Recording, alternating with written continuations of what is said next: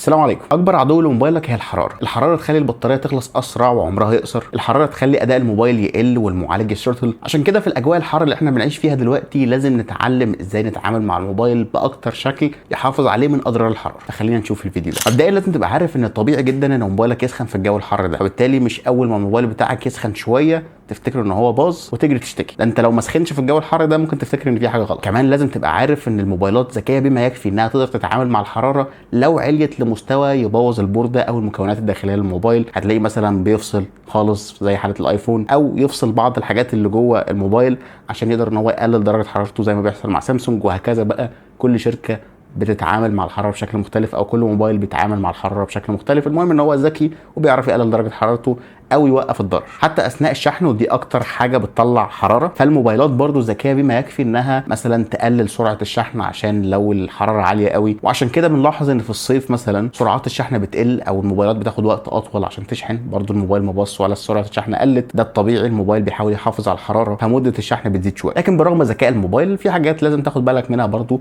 عشان الموبايل ما يبص من الحراره. فاول حاجه ودي حاجه بديهيه وانت عارفها، انك تبطل تستخدم الموبايل استخدام تقيل وهو بيشحن. يعني ما تلعبش ببجي دلوقتي او كول اوف ديوتي والموبايل بيشحن وانت اصلا قاعد في اوضه حر ما فيهاش تكييف ولا فيها اي حاجه. انت كده بتعذب الموبايل، وغالبا اصلا نص ساعه وهيسخن منك وهيشرطل وهتلاقي فريم دروبس بتقع وهتموت. تاني حاجه ودي غريبه شويه ممكن تكون ما تعرفهاش، بس وانت بتشحن الموبايل في الاجواء الحاره دي ممكن تخرجه من الكفر اللي انت حاطه فيه. وبلاش تحطه على مخده او سرير او كنبه او تحط عليه مخده. يعني ما تحطوش على السطح طري، حطه على سطح صلب مستوي خشب. وده لان الحاجات الطريه دي بتساعد ان الحراره تتكتم جوه الموبايل ومش بتساعد الحراره تطلع بره الموبايل. وارجع لحوادث كتير من اللي حصل فيها انفجار الموبايل وهو بيشحن، هتلاحظ ان هو كان محطوط اما على سرير او على كنبه او على مخده. فالموضوع ده مضر للموبايل جدا. وطبعا اوعى تسيب موبايلك او اي جهاز الكتروني عموما جوه عربيه في الصيف ده لمده طويله، لان العربيات في الفتره دي بتكون اوض جحيم. نعرف ان في ناس كتير شغاله تحت اشعه الشمس المباشره، ربنا يعينهم، لكن الموبايل بيتعب لما تستخدمه تحت اشعه الشمس المباشره، بالذات لو فتح عليه بيانات.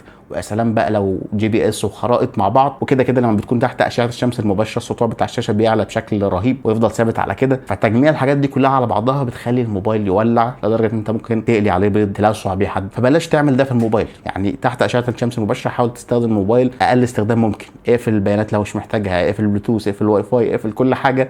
حطه على وضع حفظ الطاقه عشان ما يبقاش بيستهلك طاقه كتير. لو عرفت تقلل السطوع قلله، يعني استخدمه للاساسيات بس. ولو تستخدم جي بي اس او خرائط حاول مثلا بص عليه في الظل. طيب انت دلوقتي ما سمعتش كلامي وموبايلك سخن جدا دلوقتي وولع، اوعى تجري تحطه في الفريزر او الثلاجه. ودي حاجه ناس كتير فاكراها صح وناس كتير بتقاوح كمان انها صح. من الفيديو اللي فات بتاع البطاريه وكذا حد دخل يقاوح ان دي حاجه بيعملها وحاجه عاديه. لكن انك تحط الموبايل بتاعك في الثلاجه او الفريزر فدي حاجه مش صح. اولا لان البطاريات بتبوظ لما تحطها في الفريزر، وكمان المكونات الداخليه بتاعه الموبايل ممكن تتلف. ثانيا ان الفريزر والثلاجه ممكن يسبب انه الموبايل يخش فيه رطوبه، يخش فيه ميه ويبوظ برضه. فبلاش تعمل كده. امال تعمل ايه بقى؟ لو الموبايل سخن جامد ممكن تقفله وتسيبه شويه، او تحطه على وضع الطيران وتسيبه شويه وهو هيبرد. وبرده لو سخن جامد وانت بتستخدمه ممكن تشيله من الكفر برده. ولو انت عاوز تصرف شويه في شنطه كده صغيره تبقى عازله للحراره ممكن تحط فيه الموبايل، عامله زي الصن بلوك كده. من الحاجات اللي ممكن تساعدك برده تقلل استهلاك الطاقه في الموبايل وبالتالي تقلل حراره الموبايل، انك تتابع استهلاك التطبيقات اللي شغاله في الخلفيه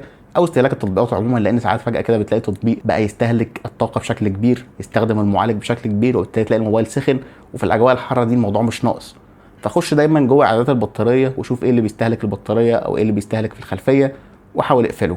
ولو لقيت ده حصل معاك في الايفون اعمل ريستارت وكل حاجه تبقى زي الفل. يبقى الخلاصه اللي هنخرج بيها من الفيديو ده انه عادي جدا ان الموبايل يسخن، وان اغلب الموبايلات بتعرف انها تتعامل مع السخونيه دي بانها توقفك، تقول لك خلاص ما ينفعش تستخدم الموبايل دلوقتي، سيبه شويه وهو يبرد، او تقفل حاجات جوه. لكن مع ذلك محتاج ان انت تاخد بالك برضه وتعمل شويه حاجات. اهمها ما تستخدمش الموبايل استخدام تقيل واحنا في الحر وهو في الشحن. وبرضه ما تشحنش الموبايل وتحطه على سطح طري زي المخده او السرير، حطه على سطح مستوي. وان شاء الله لو عملت الحاجات اللي احنا قلناها في الفيديو دي كلها هيخرج موبايلك سالم من الاجواء الحاره دي. سلام.